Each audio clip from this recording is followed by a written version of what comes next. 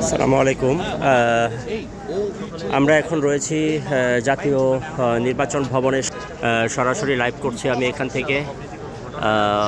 ইতিমধ্যে আমরা অনেকগুলো আসনের বেসরকারি ফলাফল পেয়েছি। আমরা তো নির্বাচন ভবনের সামনের এখন যে পরিস্থিতি আমরা দেখছি, এখানকার বিভিন্ন মিডিয়া সাংবাদিকরা এখানে তারা বিভিন্ন রকম লাইভ টেলিকাস্ট করছেন।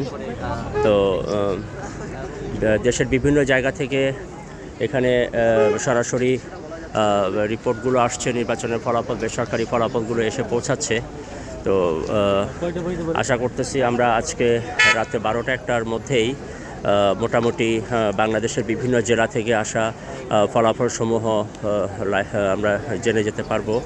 তো এই মুহূর্তে নির্বাচন ভবনের সামনে, নির্বাচন কমিশনার অফিসের সামনে নিরাপত্তার যথেষ্ট রকমভাবে নিরাপত্তা কর্মীরা, বাংলাদেশের বিভিন্ন নিরাপত্তা সংস্থার লোকজন তারা সতর্ক অবস্থানে রয়েছে। এবং আমরা বিভিন্ন বেসরকারি ফলাফলে এখন পর্যন্ত যেটুকু জেনেছি যে বেশ হাড্ডাহাড্ডি লড়াই চলছে ধানের শীষ এবং দাঁড়িপাল্লা প্রতীকের প্রার্থীদের মধ্যে। তো এই হচ্ছে নির্বাচন ভবনের সামনে থেকে সর্বশেষ অবস্থা। ত্রয়োদশ জাতীয় সংসদ নির্বাচনে আপনারা জানেন আজকে সকাল থেকে বেশ স্বতঃস্ফূর্তভাবেই ভোট গ্রহণ অনুষ্ঠিত হয়েছে এবং এই মুহূর্তে ফলাফল ঘোষণার গণনার কাজ চলছে। বিভিন্ন জায়গা থেকে আমরা বেশ ফলাফল পেয়েছি।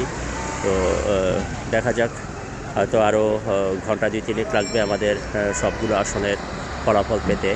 তো সারাদিন মোটামুটি বেশ স্বতঃস্ফূর্তভাবে বাংলাদেশের মানুষ দীর্ঘ বহুদিন পরে ভোটে অংশগ্রহণ করেছে। তো নির্বাচন ভবনের সামনের যে পরিস্থিতি আপনাদেরকে সরাসরি দেখাচ্ছি আমি এই মুহূর্তে।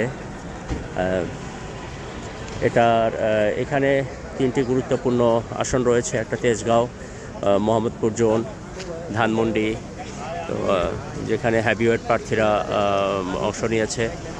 ববি হাজ্জাজ, মামুনুল হক সাহেব, ধানমন্ডি থেকে রবিউল আলম।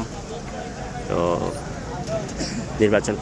নির্বাচন ভবনের সামনের সর্বশেষ অবস্থা আপনারা দেখতে পাচ্ছেন এই মুহূর্তে।